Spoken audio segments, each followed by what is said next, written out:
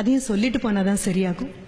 எங்க ஊர்லயும் இப்படி ஏழைகளாக இருந்தவங்கலாம் படிச்சு மேல வந்து நடுத்தர வர்க்கத்துக்கு வந்து அதையும் தாண்டி ஓரளவு மேட்டுக்குடியாவே ஆயாச்சு. குறைந்தபட்சம் 2 கார்களாவது இருக்கக்கூடிய வீடுகள் நிறைய ஆயிடுச்சு.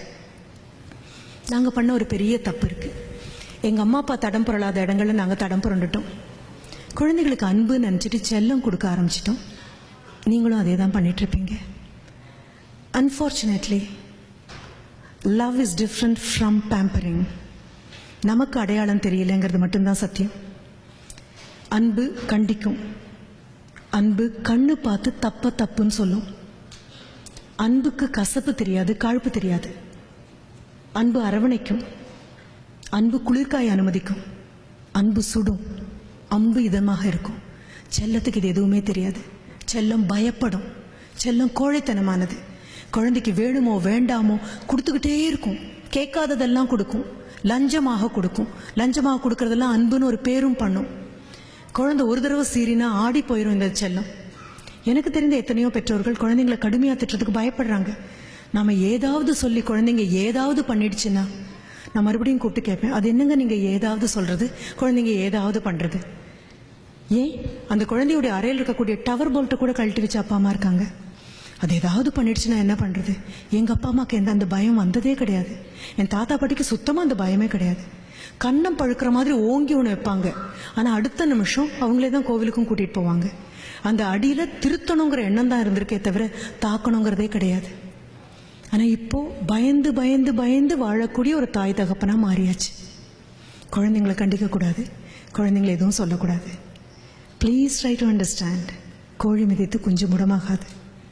அப்பா அம்மாவும் ஆசிரியரும் கண்டிச்சு இதுவரைக்கும் கெட்டு போன குழந்தைங்க கிடையாது, கிடையாது. கண்டிப்புக்கும் கடுமைக்கும் வித்தியாசம் தெரியாம போகும்போது வேணா சின்ன சிராய்ப்புகள் ஏற்படலாம். கண்டிப்பு ரொம்ப ஆரோக்கியமானது. அப்படி இருக்கும் பட்சத்தில் அப்பா மகனை கண்டித்தால், உங்க ஊர்லயும் அதெல்லாம் இருக்குன்னு நினைக்கிறேன், எங்க ஊர்ல இன்னும் மிச்சம் இருக்குது. அப்பா மகனை கண்டிச்சா தயவு செஞ்சு அம்மா குறுக்க பாயாம இருங்க. அவ்வளவு. என்ன என் மகனை எதுக்கு திட்டுறீங்கன்னு கேட்காதீங்க. ஒரு 35 வயதான ஆண் 13 வயதான ஒரு ஆணை திருத்தும் போது ஒரே ஒரு எண்ணம் தான் மனசுல இருக்கு. அந்த வழியில புற குழி இருக்கு, பள்ளம் இருக்கு, மேடு இருக்கு, தடுக்கும், ஜாகிரதை. அதுதான்.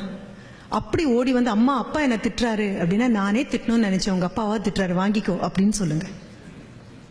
அதே மாதிரி அம்மா மகளை கண்டிக்கும் போது I request all the fathers, the darling fathers, குறுக்க பாயாதீங்க ப்ளீஸ்.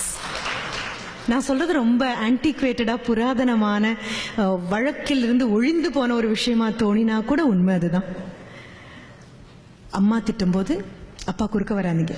என் பொண்ணை எப்பப்பா திட்டிகிட்டே இருக்காதேம்மா அப்படின்னு சொல்லாதீங்க. அம்மா இந்த உடை சரியில்லைன்னு சொல்லும் பொழுதோ, இந்த நடத்தை சரியில்லைன்னு சொல்லும் பொழுதோ, இந்த கோபம் சரியில்லைன்னு அம்மா சொல்லும் பொழுதோ, வாழ்க்கையில இருந்து வெளியில வந்த ஒரு பெண்மணி, அவளுக்கு தெரியும் எங்க பள்ளம் உண்டு, எங்க மேடு உண்டு, எங்க சிராய்க்கும், எங்க விழும் அப்படின்னு. அம்மா கண்டிச்சு வளர்த்த பெண் கண்டிப்பா மோசம் போனதில்லை, அப்பா கண்டிச்சு வளர்த்த ஆண் கண்டிப்பா மோசம் போனதில்லை. கணவன் மனைவிக்கு இடையில இருக்கக்கூடிய பிரச்சனைய அப்பா அம்மாக்கு நடுவில் தயவு செஞ்சு கொண்டு வந்துடாதீங்க. நமக்கு 2 பேருக்கும் கோவம்னா உள்ள போய் அடிச்சுக்கலாம், குழந்தைங்களுக்கு நடுவில் கொண்டு வந்துடாதீங்க. கண்டிச்சு வளர்க்கறது ரொம்ப அழகான விஷயம்.